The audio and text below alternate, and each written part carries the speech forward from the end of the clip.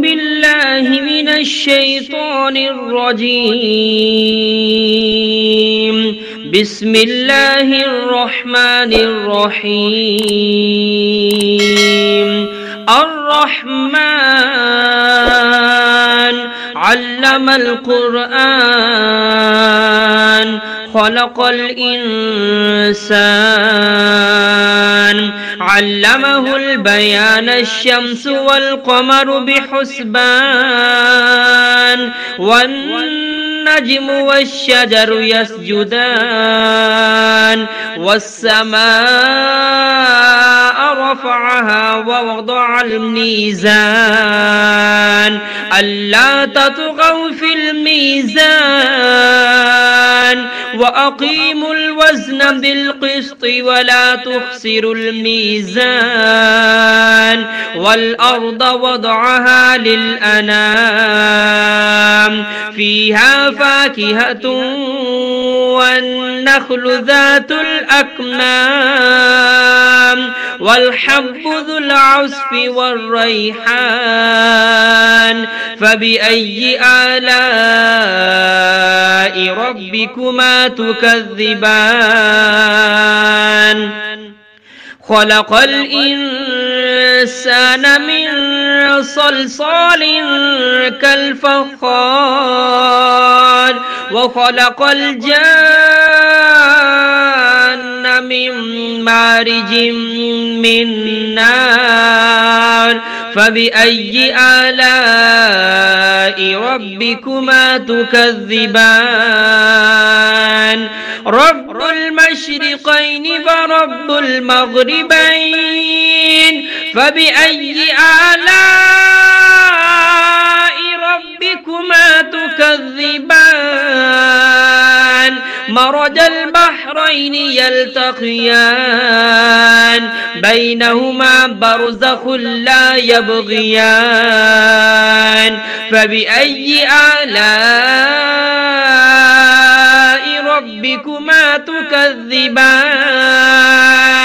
يخرج منهما اللؤلؤ والمرجان فبأي آلاء ربكما تكذبان.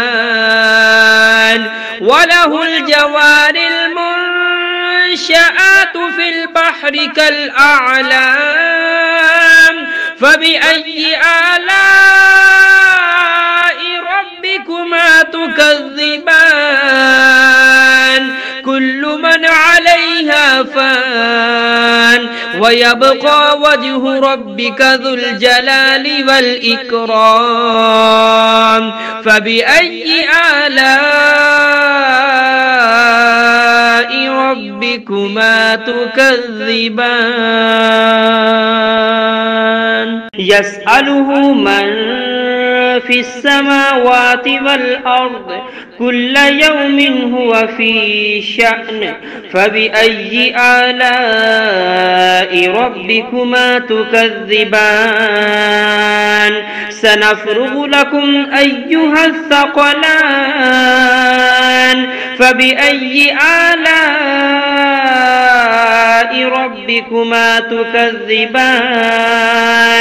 يا معشر الجن والإنس إن استطعتم أن تنفذوا من أقطار السماوات والأرض فانفذوا لا تنفذون إلا بسلطان فبأي آلاء ربكما تكذبان.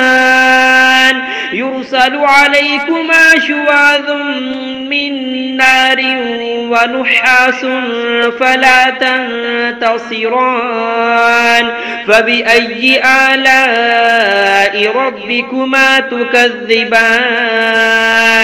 فإذا انشقت السماء فكانت وردة كالدهان فبأي آلاء ربكما تكذبان. فيومئذ لا يسأل عن ذنبه إنس ولا جان فبأي آلاء ربكما تكذبان يعرف المجرمون بسيماهم فيؤخذ بالنواسي والأقدام فبأي آلاء ربكما تكذبان هذه جهنم التي يكذب بها المجرمون يطوفون بينها وبين حميم آن فبأي آلاء ربكما تكذبان ولمن خاف مقام ربه جنتان فبأي آلاء ربكما تكذبان ذواتا أفنان فبأي آلاء ربكما تكذبان فيهما عينان تجريان فبأي آلاء ربكما تكذبان فيهما من كل فاكهة زوجان فبأي آلاء ربكما تكذبان متكئين على فرش بطائنها من استبرق وجنى الجنتين دان فبأي آلاء ربكما تكذبان فيهن قاصرات الطرف لم يطمثهن إنس قبلهم ولا جان فبأي آلاء ربكما تكذبان كأنهن الياقوت والمرجان فبأي آلاء ربكما تكذبان هل جزاء الإحسان إلا الإحسان فبأي آلاء ربكما تكذبان ومن دونهما جنتان فبأي آلاء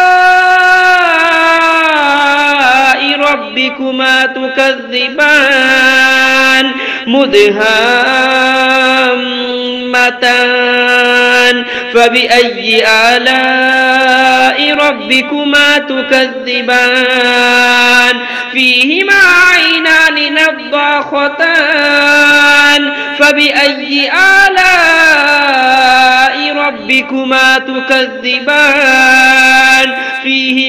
فيهما فاكهة ونخل ورمان فبأي آلاء ربكما تكذبان فيهن خيرات حسان فبأي آلاء ربكما تكذبان حور مقصورات في الخيام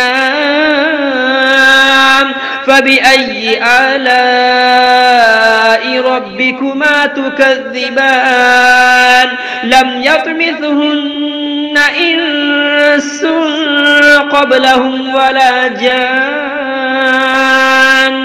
فبأي آلاء ربكما تكذبان متكئين على رفرف خضر وعبقري حسان فبأي آلاء